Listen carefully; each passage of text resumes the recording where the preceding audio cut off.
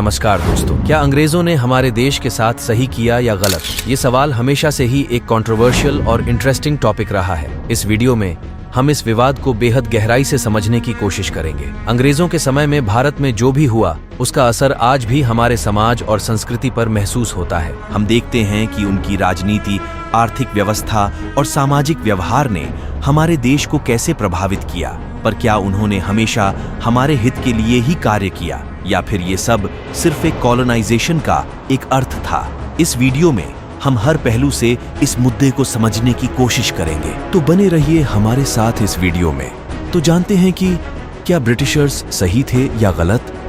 अंग्रेजों का भारत आने का मेन कारण व्यापार था, और उस समय ब्रिटेन को भारत आने से पहले इंडस्ट्रियल रेवोल्यूशन का सामना करना पड़ रहा था, जिस कारण से उन्हें अपने कारखानों के लिए बहुत सारे कच्चे माल की जरूरत पड़ती थी, जो मेन रूप से भारत से आता था। और साथ ही उन्हें अपने तैयार माल को बेचने के लिए एक मेन मार्केट की भी जरूरत थी, और भारत कच्चे माल का एक बड़ा स्रोत और प्रोडक्ट को बेचने के लिए एक आइडियल मार्केट भी था। इसलिए भारत में ब्रिटिश शासन का सबसे महत्वपूर्ण आर्थिक प्रभाव यह हुआ कि देश ब्रिटिश व्यापार का केंद्र बनने लगा। इससे पूरे देश की इकोनॉमी स्ट्रक्चर पर सबसे बड़ा असर पड़ा, लेकिन इससे भारत की ट्रेडिशनल इकोनॉमी पर खतरा बनने लगा। अंग्रेजों के भारत में आने के बाद भारतीय ट्रेडिशनल इकोनॉमी अंग्रेजों पर डिपेंड हो गई। वे खुद को बेनिफिशियल बनाने के लिए व्यवस्था को अपने तरीके से कंट्रोल करने लगे, जिससे सबसे बड़ा नुकसान हुआ कि 70 से 80% टैरिफ लोगों को देनी पड़ी।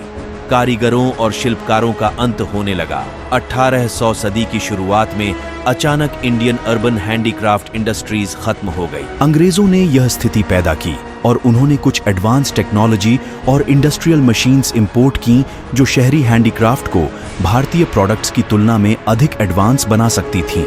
1780 के दशक के दौरान अंग्रेजों ने भारत में मशीन से बने कपास और कपड़े की शिपिंग शुरू की। ब्रिटेन का कपड़ा क्षेत्र उन नीतियों की बदौलत सफल हुआ जिन्होंने कम लागत वाले कपड़े के एक्सपोर्ट को बढ़ावा दिया और भारतीय कपड़े की खरीद को प्रतिबंधित कर दिया।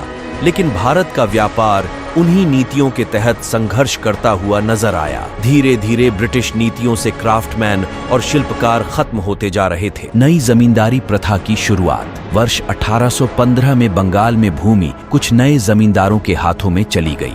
उन्होंने पुराने जमींदार से कम पैसे के बदले में जमीन ले ली।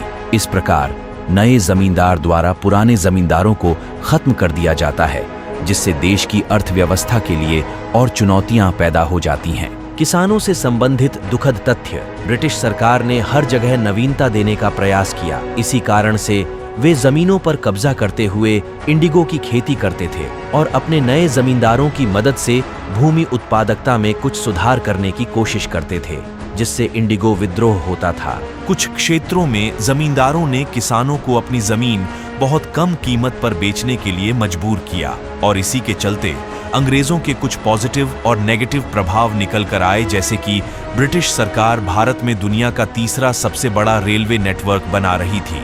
इससे देश को बाहरी दुनिया से जुड़ने में मदद मिली। आधुनिक सड़क, तार, टेलीफोन का भी आगमन उसी समय हुआ। स्वच्छता और सार्वजनिक स्वास्थ्य में सुधार हुआ। शिक्षा प्रणालियां भी शुरू की गई और अस्पताल का निर्माण हुआ। यूं तो ये सब उन्होंने इसे अपने मकसद के लिए बनाया था, लेकिन बाद में इसका फायदा भारतीयों को भी हुआ और अंग्रेजों के कुछ नेगेटिव प्रभाव भी निकल कर आए हैं। भारतीयों के ओनरशिप वाले पारंपरिक व्यवसायों को बर्बाद करा और इसमें भारी बेरोजगारी भी देखने को मिली। ब्रिटिश एजुकेशन सिस्टम की वजह से भारतीय एजुकेशन सिस्टम ने अपनी पहचान खो दी। उम्मीद है आपको ये वीडियो पसंद आएगा। अगर आपको ये वीडियो अच्छा लगा तो लाइक करें, शेयर करें